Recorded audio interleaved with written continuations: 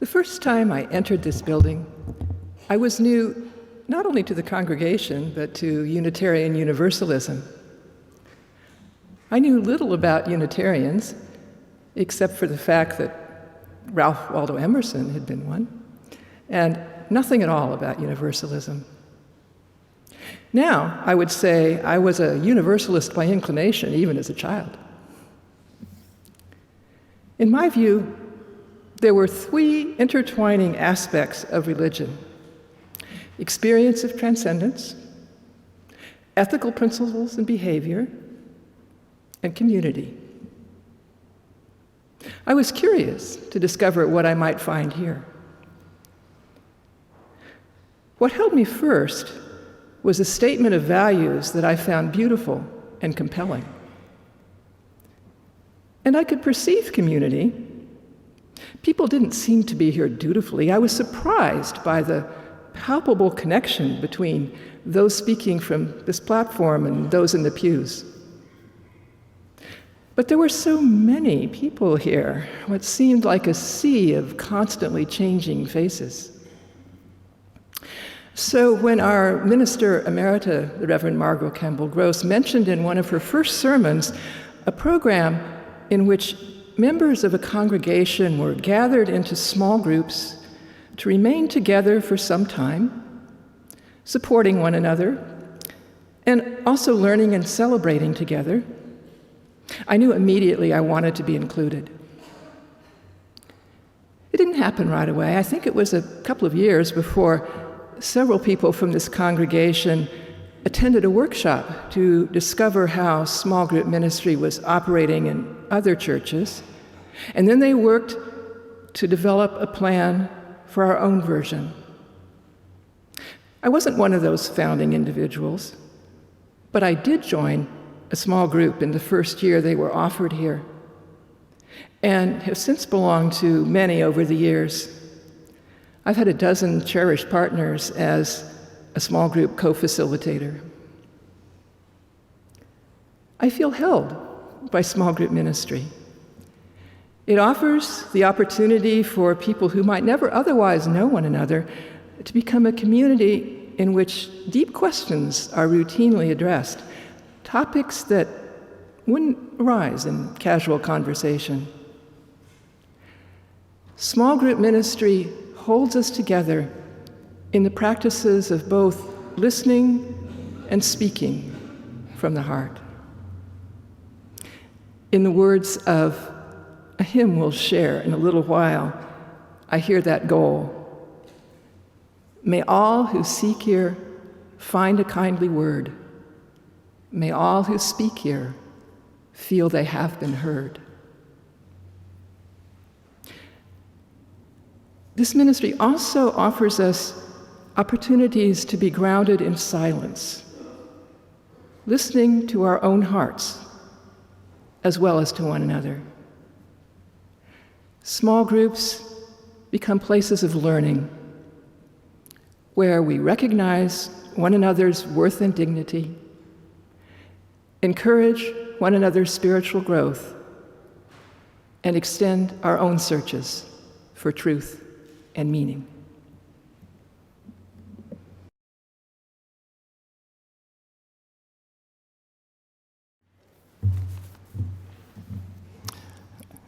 My name is Ralph Fenn.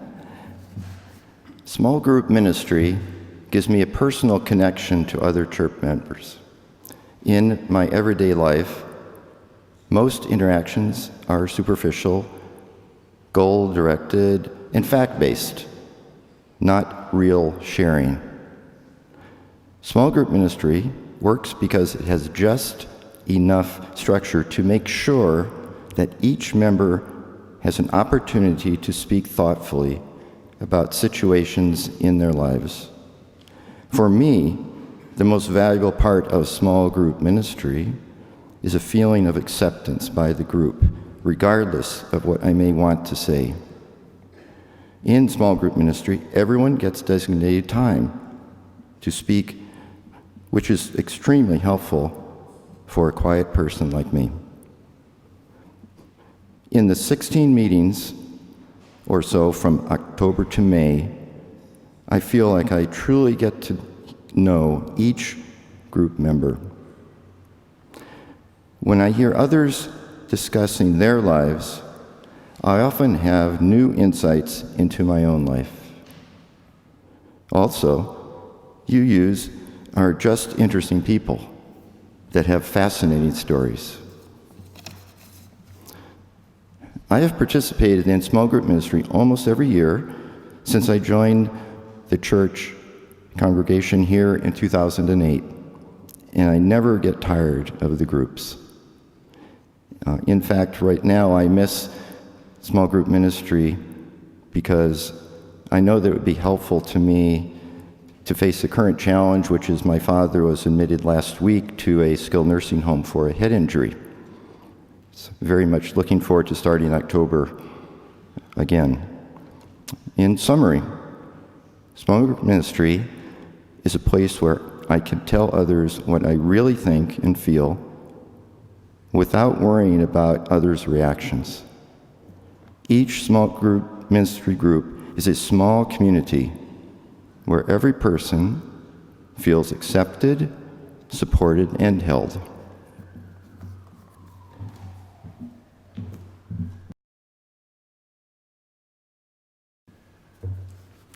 Well, good morning and welcome. My name is Barbara Kovac, and I joined a small group ministry just about 3 years, well, it'll be 3 years this year when I begin again in October. And it has been a richer experience and more rewarding than I ever anticipated.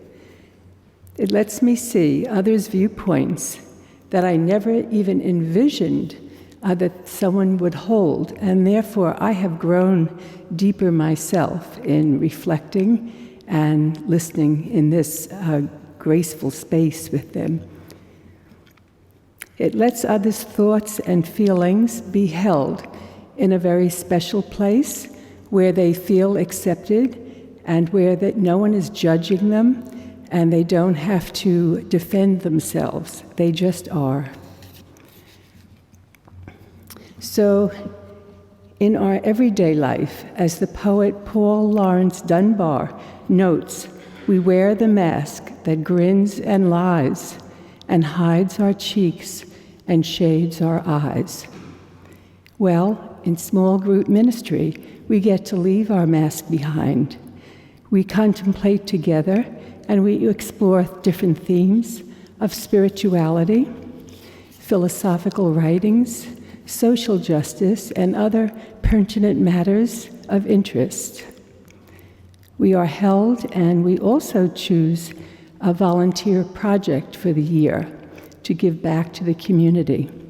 I have participated in beautification of San Francisco streets, where we planted trees along a boulevard.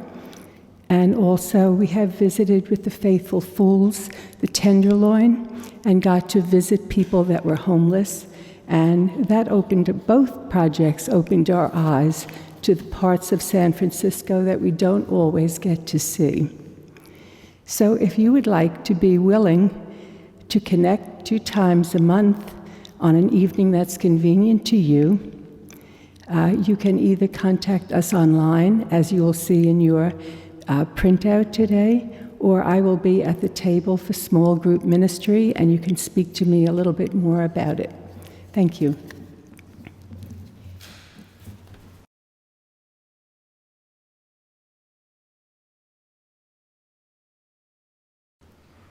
This is a big church. The sanctuary is big. The center is big. And there are many, many people who gather here not only on Sunday mornings, but throughout the week. And I don't know about you, but when I first came to this church, I found it a bit overwhelming.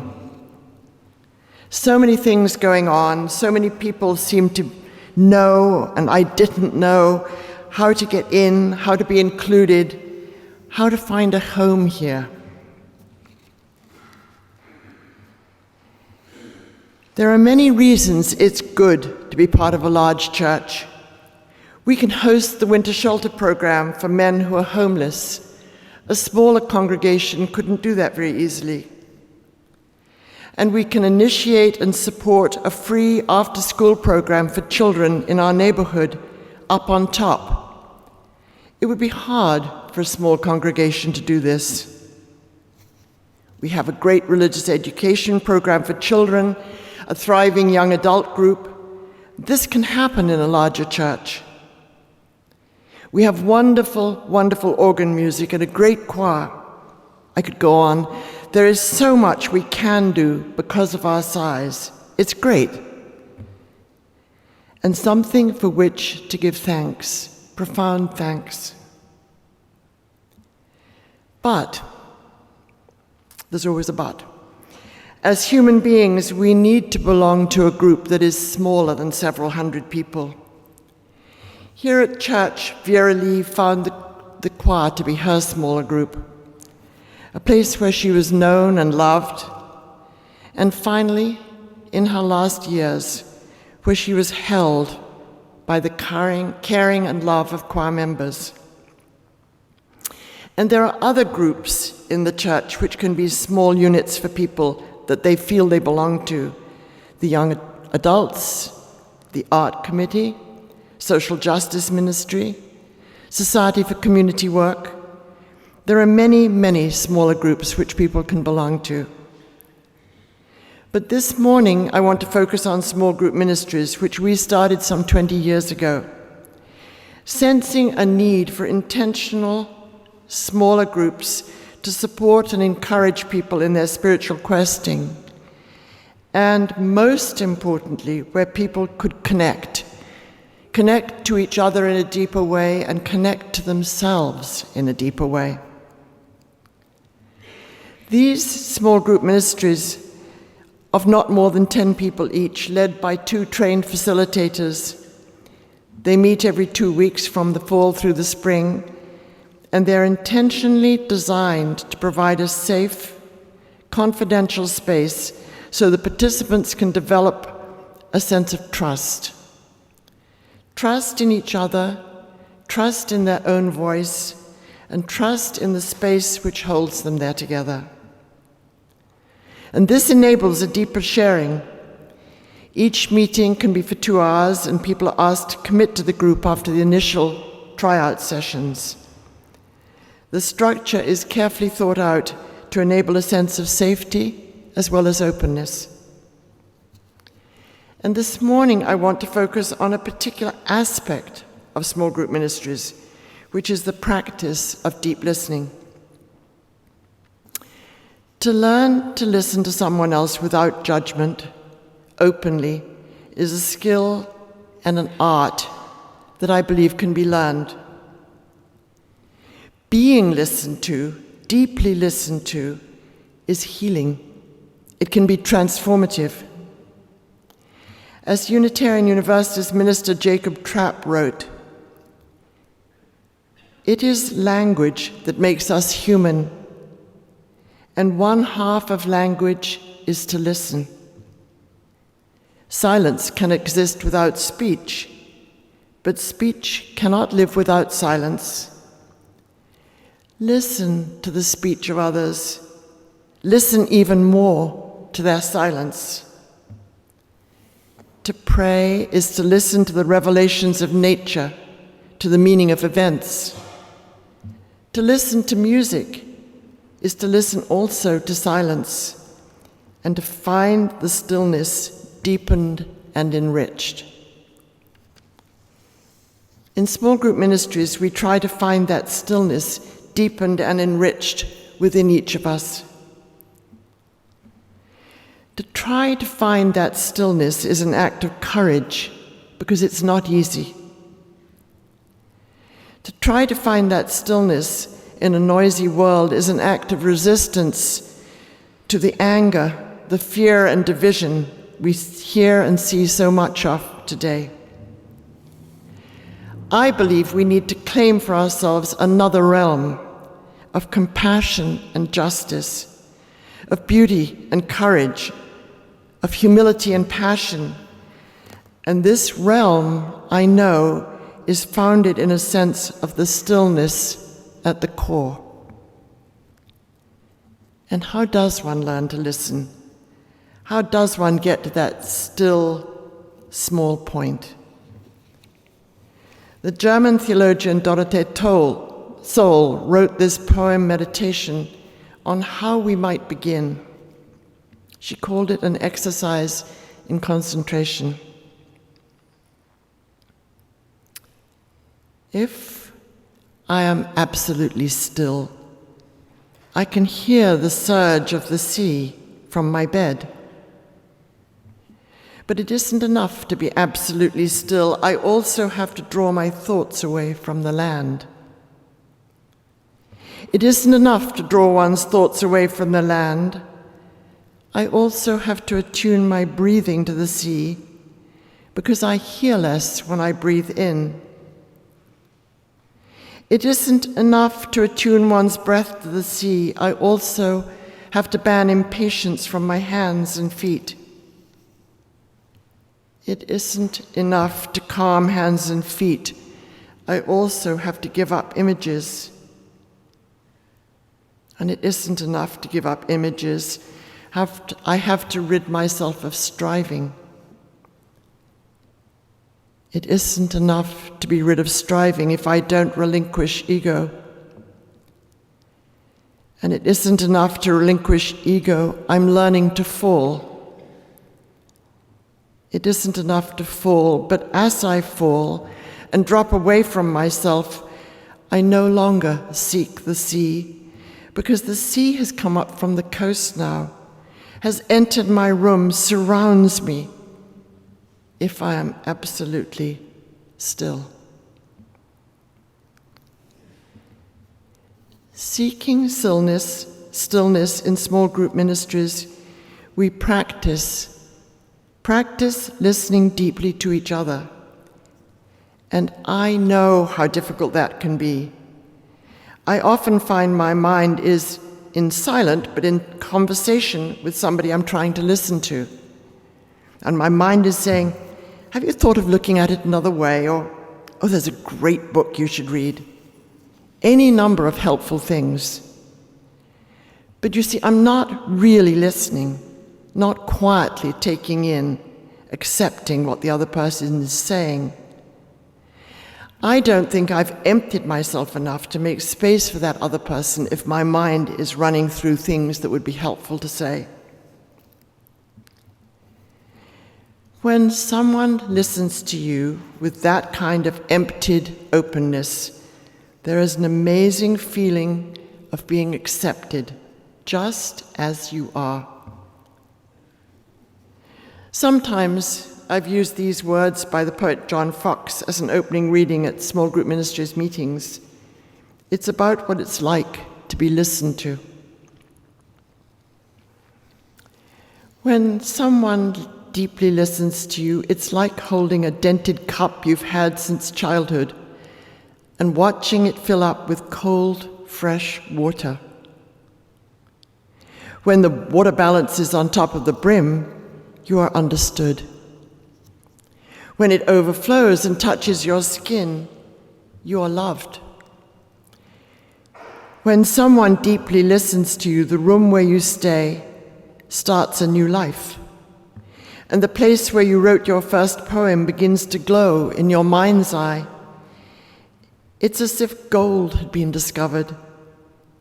When someone deeply listens to you, your bare feet are on the earth, and a beloved land that seemed distant is now at home within you. At home, such comforting words. Don't we all want to feel at home in the world, in our church, in ourselves? Don't we long to feel at home in a very profound way? I believe it's through attentive listening and the deep connections we can make in small group ministries that is one way we can help one another feel at home. And so, in small group ministries, we practice listening. We hear each other into speaking about what really matters to us. I would say more, we hear each other into being. And it is through our deep listening and the connections we make that we can move into the realm of love. You see, I think what we're really doing is learning to love. Not only one another, but much more difficultly, ourselves. This is our hope. This is our prayer. This it is that holds us.